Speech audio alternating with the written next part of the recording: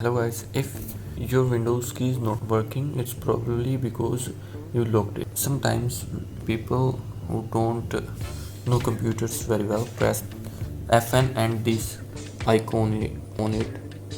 Look, look at this is lock icon with W on it. So if we press these key, it don't matter if your Windows key have this. It's the lock icon. Maybe it's on these upper F key function keys.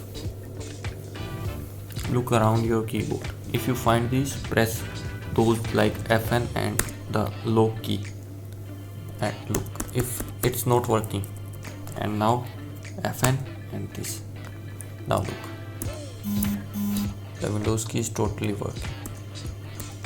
And if this not work, then you need to install maybe driver or see your device manager section.